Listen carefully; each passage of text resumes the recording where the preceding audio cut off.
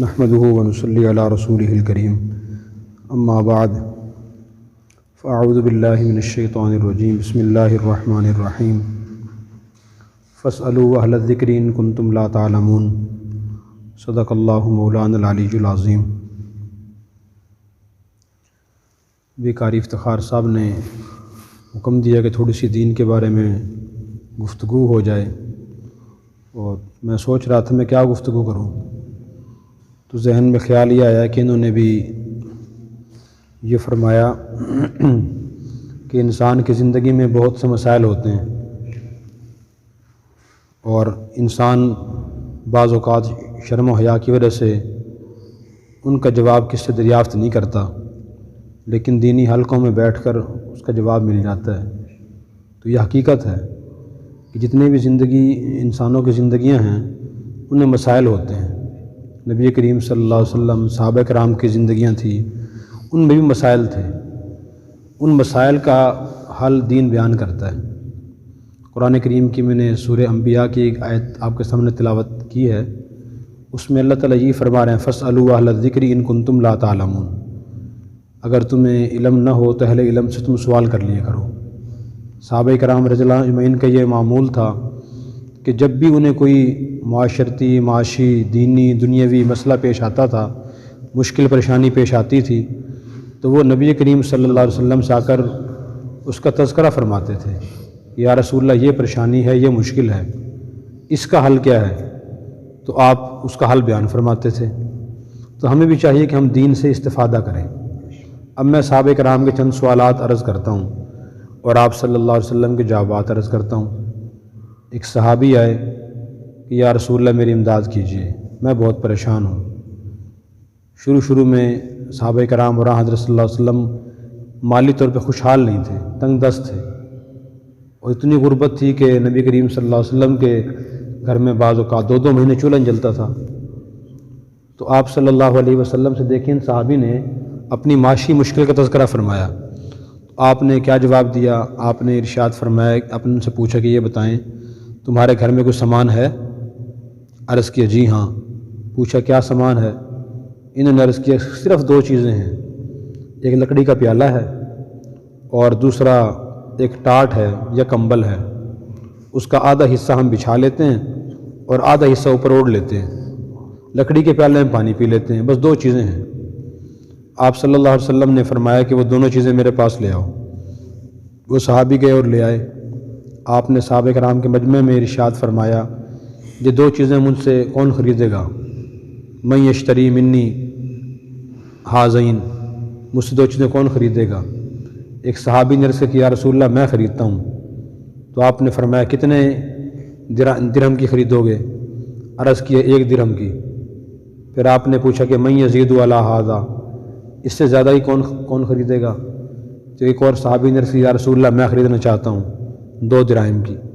تو آپ نے فرمایا کہ ٹھیک ہے یہ 2 درہم دے دیں۔ ان صحابی نے 2 درہم دیے، آپ نے وہ دونوں چیزیں اس کے حوالے کر دیں، اور جو اصل چیزوں کا مالک تھے آپ نے ان سے فرمایا کہ 1 درہم کا گھر غلہ لے کر ڈال کر آؤ اور دوسرے درہم کی بازار سے کلہاڑی خرید کر لاؤ۔ وہ صحابی گئے، 1 درہم سے غلہ لیا، گھر دے دیا، دوسرے درہم کی کلہاڑی لی اور آپ کے پاس لا کر پیش کر دی۔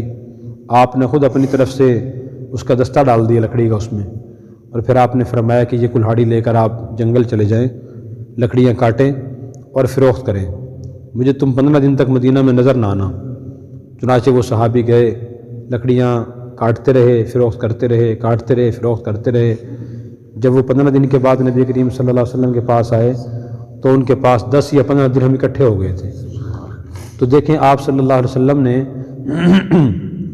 تنگ دستی کا حل بیان فرمایا، وہ یہ ہے کہ انسان جائز طریقے سے کوئی محنت کرے، کوشش کرے، اور کسی بھی جائز پیشے کو حقیر نہ سمجھے، اسے معمولی نہ سمجھے۔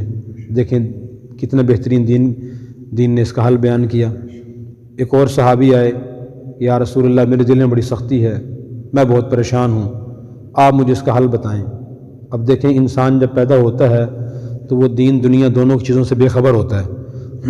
قرآن کریم میں اللہ تعالیٰ نے ارشاد فرمایا واللہ اخرجکم من بطون امہاتکم لا تعلمون شیئا، کہ اللہ تعالیٰ تمہیں ماں کے پیٹ سے دنیا میں اس حال میں لے کے آتا ہے کہ تم کچھ بھی نہیں جانتے. بچہ پیدائشی طور پہ صرف رونا جانتا ہے اور ماں کا دودھ پینا جانتا ہے اور کچھ بھی نہیں جانتا، حتیٰ کہ اسے یہ معلوم نہیں ہوتا کہ میں انسان ہوں یا میرا نام کیا ہے. تو پھر والدین بتاتے ہیں اسے. تو انسان کو سیکھنے کی بہت ضرورت ہوتی ہے.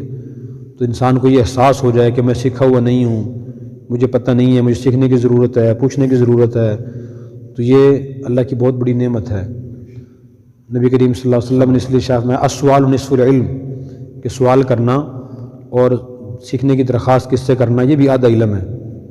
تو ان صحابی نے عرض کیا یا رسول اللہ دل میں بڑی سختی ہے، آپ مجھے اس کا حل ارشاد فرمائیں. آپ نے ارشاد فرمایا امسح رأس الیتیم، تم یتیم بچوں کے سروں پہ ہاتھ پھیرا کرو. جب تم یتیم بچوں کے سروں پہ ہاتھ پھیرو گے تو اس وقت دل میں یہ خیال آئے گا کہ وہ بچہ ہے جس کے سر سے باپ کی شفقت کا سایہ اٹھ گیا، تو خود بخود دل میں نرمی پیدا ہوگی. دوسرا آپ نے ارشاد میں وَأَطْعِمِ الْمِسْكِينَ، تم مسکین آدمیوں کو کھانا کھلایا کرو. جب آدمی غریب لوگوں کو دیکھتا ہے جو خود سے مالی پوزیشن میں بہت کمزور ہوتے ہیں، اس وقت بھی دل میں بڑی نرمی پیدا ہو جاتی ہے کہ دیکھیں ہمارے پاس اتنی اللہ کی نعمتیں ہیں، ہم شکر ادا نہیں کرتے، اور یہ لوگ کتنے دنیا کی اللہ کی نعمتوں سے محروم ہیں اور یہ بھی زندگی گزار رہے ہیں. اس وقت دل میں نرمی پیدا ہوتی ہے. تو دیکھیں آپ نے اس کا جواب یہ ارشاد فرمایا. اب یہ جو دل کی نرمی ہے یہ بھی بہت ضروری چیز ہے. اگر دل کے اندر نرمی نہ ہو، سختی ہو، تو انسان سختی کی وجہ سے اپنے رشتہ داروں سے، ماں باپ سے، بہن بھائیوں سے، بیوی بچوں سے، ماتحتوں سے، سرپرستوں سے تعلقات اچھے نہیں رکھتا. بہت سے گھروں میں، خاندانوں میں لڑائیاں اس وجہ سے ہیں، گھر کے سربراہ یا جس شخص کے تعلقات خراب ہیں اس کے مزاج میں نرمی نہیں ہے، مزاج میں بڑی سختی ہے. نبی کریم صلی اللہ علیہ وسلم کی سینکڑوں احادیث ہیں جن میں آپ نے نرمی کی تعلیم فرمائی، نرمی پیدا کرنے کو کمال کی علامت بتلایا. آپ نے ارشاد فرمایا اللہ رفیق یحب الرفق ویؤتی علی الرفق ما لا یؤتی علی العنف او کما قال علیہ السلام، کہ اللہ تعالیٰ خود بڑے نرم ہیں، نرمی کو پسند فرماتے ہیں، مہربانی کو پسند فرماتے ہیں، اور نرمی کا رویہ اختیار کرنے پر وہ نعمتیں عطا فرماتے ہیں جو سختی کا رویہ اختیار کرنے پہ عطا نہیں فرماتے. اب دیکھیں یہ آپ صلی اللہ علیہ وسلم کی تعلیم ہے. تو اگر کسی کے تعلقات خراب ہیں بیوی سے، اولاد سے، تو وہ آدمی خود کو اس حدیث سے روشنی دیکھ سکتا ہے کہ جی میرے مزاج میں سختی تو نہیں ہے، اگر وہ سختی ہے تو میں غلطی پہ ہوں. تو اس کا حل آپ نے یہ ارشاد فرما دیا کہ آدمی مساکین کے ساتھ بیٹھے، ان کو کھانا کھلائے، یتیم بچوں کے سروں پہ ہاتھ پھیرے، تو انشاءاللہ اس کا دل نرم ہو جائے گا، اور جس کے تعلقات خراب ہیں وہ تعلقات بہتر ہو جائیں گے. قرآن کریم الفاظ کے لحاظ سے جہاں آدھا ہوتا ہے، نصف ہوتا ہے، وہ سورہ کہف کی ایک آیت ہے وَلْيَتَلَطَّفْ، یہاں قرآن آدھا ہو جاتا ہے. اب اس کا ترجمہ بھی ہے کہ وہ نرمی کرے، وَلْيَتَلَطَّفْ. تو اللہ تعالیٰ نے بالکل سینٹر میں وہ لفظ رکھا ہے جس کی بہت زیادہ ضرورت تھی. نبی کریم صلی اللہ علیہ وسلم خود رحمۃ للعالمین تھے، نرم مزاج تھے. آپ صحابہ سے مشورہ فرمایا کرتے تھے، بڑی بڑی غلطیاں درگزر فرما دیا کرتے تھے. آپ صلی اللہ علیہ وسلم مسجد نبی تشریف فرما تھے. ایک دیہاتی نو مسلم صحابی آئے، تو مسجد اس وقت ایسی مسجد تو نہیں ہوتی تھی کہ فرش اچھا ہو، چھت ہو اچھی، اور محراب اور دیواریں اور مینار ہوں، یہ کیفیت نہیں ہوتی تھی. بس ایک چھپر نما مسجد تھی اور باہر کھلا عام صحن ہوتا تھا. تو جو لوگ نبی پاک صلی اللہ علیہ وسلم کے پاس مسلسل رہتے تھے ان کو تو مسجد کے آداب کا علم ہوتا تھا، لیکن جو لوگ نئے نئے اسلام میں داخل ہوتے تھے کیونکہ انہیں معلومات آہستہ آہستہ حاصل ہوتی تھیں تو ان سے بعض اوقات ادب کے خلاف بھی کام ہو جاتا تھا. تو حضور صلی اللہ علیہ وسلم کے پاس حضور ایک نو مسلم صحابی آئے، آپ صحابہ کے ساتھ مسجد میں تشریف فرما تھے. جو نو مسلم کو پیشاب کی حاجت ہوئی تو وہ اٹھے اور اٹھ کر جا کر انہوں نے مسجد نبوی کے صحن میں دیوار ساتھ بیٹھ کر پیشاب کرنا شروع کر دیا. جب صحابہ کرام نے ان کو دیکھا تو اٹھ کر وہ جانے لگے منع کرنے کے لیے. تو آپ صلی اللہ علیہ وسلم کا طرز عمل دیکھیں، اس میں ہمارے لیے بڑا سبق ہے. خدا نہ خواستہ اگر ہمارے یہاں کے واقع پیش آ جائے تو ہم سوچیں کہ ہم ایسے آدمی کے ساتھ کیا سلوک کریں گے. نبی کریم صلی اللہ علیہ وسلم نے کیا سلوک فرمایا؟ آپ نے صحابہ کرام کو منع فرما دیا. آپ نے فرمایا کہ بیٹھ جائیں. صحابہ کرام بیٹھ گئے. اس لیے منع فرمایا کہ میڈیکل اور طبی لحاظ سے پیشاب کو روکنا نقصان دہ ہوتا ہے، صحت کے لیے مضر ہوتا ہے. تو آپ نے منع فرما دیا، اس نے ایک غلط کام شروع کر دیا ہے، اسے کر لینے دیں۔ جب انہوں نے پیشاب کر لیا، پھر آپ نے صحابہ کرام سے فرمایا کہ جائیں، جا کر وہاں پانی بہا دیں اور جگہ پاک صاف کر دیں، اور ان کو قریب بلایا، اور قریب بلا کے آپ نے فرمایا کہ بھائی یہ مسجد ہے، یہ اللہ کا گھر ہے، اللہ کی عبادت اور نماز اور دوسری عبادات کے لیے بنائی جاتی ہے، یہاں اللہ کی طرف سے ایسے کاموں کی اجازت نہیں ہے۔ نہ آپ نے اسے ڈانٹا، نہ بے عزت کیا، اور نہ اسے گالی دی معاذ اللہ، نہ برا بھلا فرمایا آپ نے یہ انداز اختیار فرمایا۔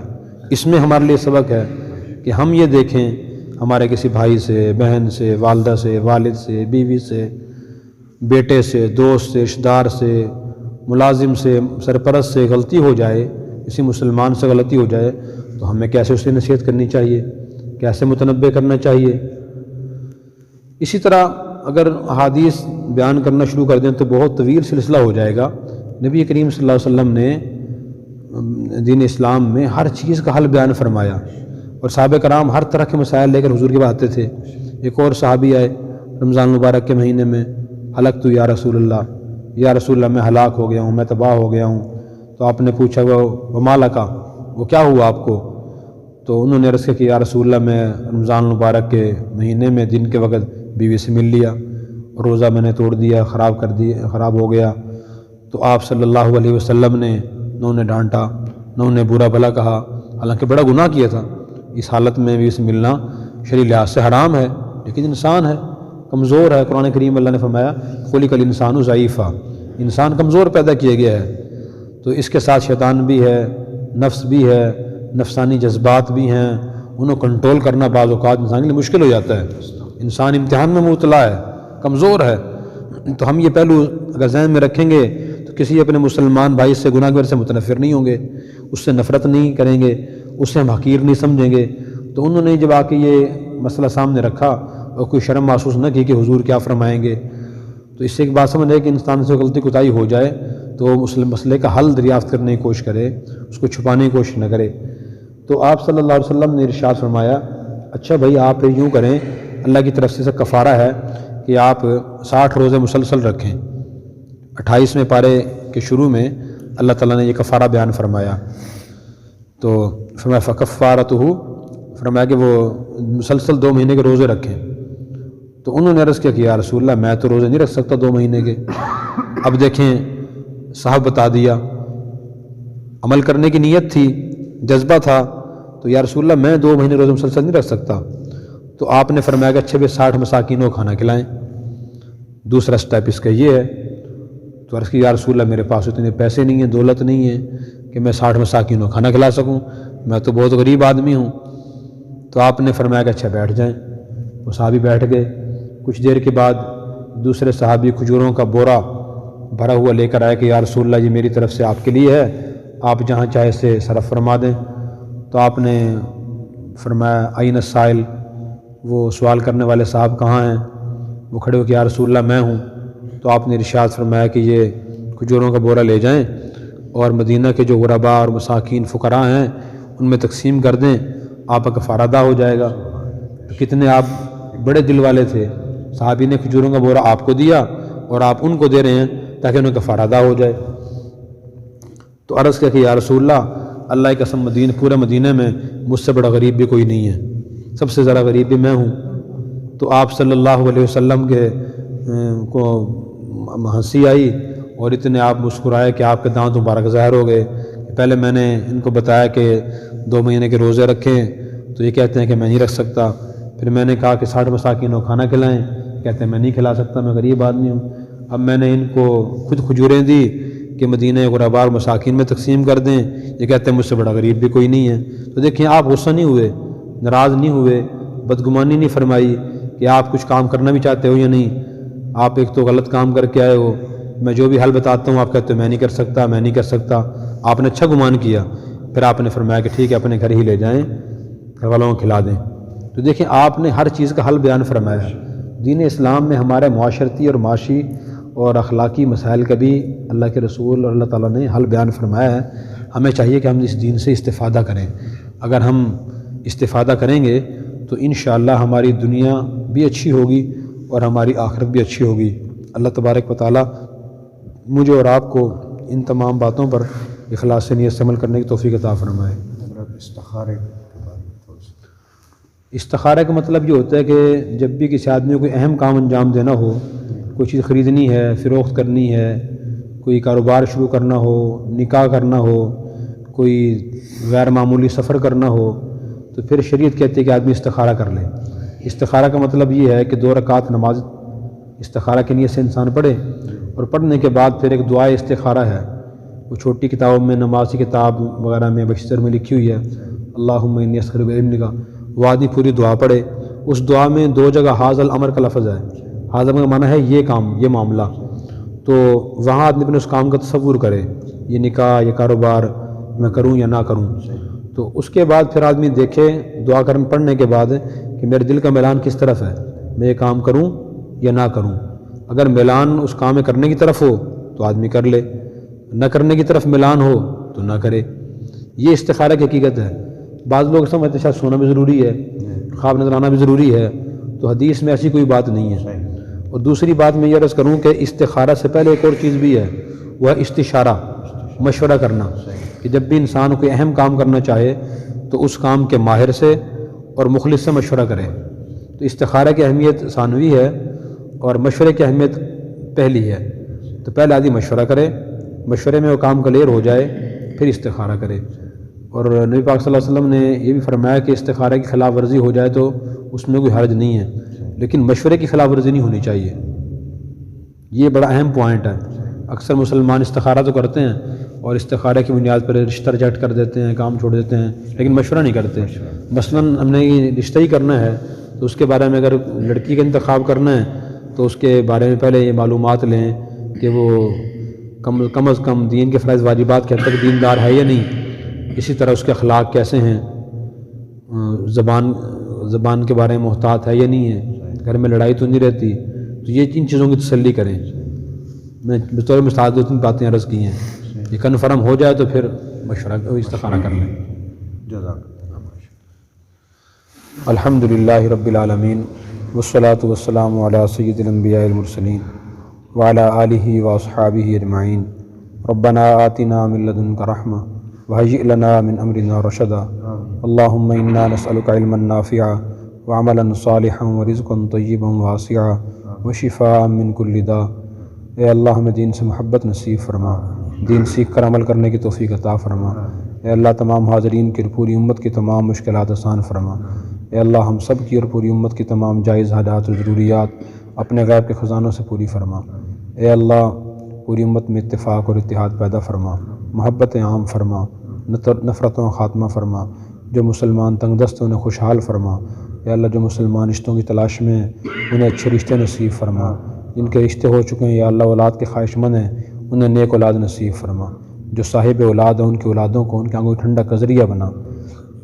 اے اللہ مرتے دم تک ہمیں دین اسلام پر استقامت عطا فرما، مرتے وقت کلمہ طیبہ نصیب فرما۔ صلی اللہ تعالی علی خیر خلقہ سیدنا و مولانا محمد وعلی آلہ واصحابہ اجمعین برحمتک یا ارحم الراحمین۔ Subscribe now and press the bell icon. Never miss an update.